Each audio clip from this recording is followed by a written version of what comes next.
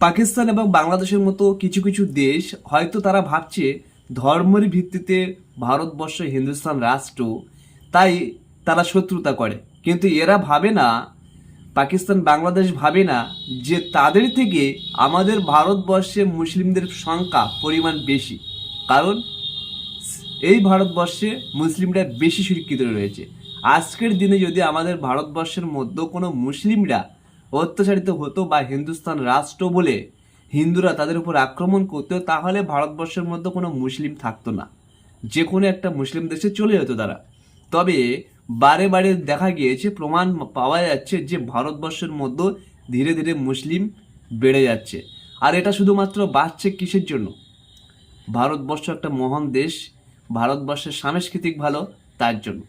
কিন্তু পাকিস্তান এবং বাংলাদেশ বারে বারে ভারতকে আক্রমণ করার কথা বলছে। কিন্তু একবার লড়াই করে দেখুক, আমাদের ভারতীয় রাষ্ট্র মুসলিমরাই যথেষ্ট বাংলাদেশ এবং পাকিস্তানকে মোকাবিলা করার জন্য।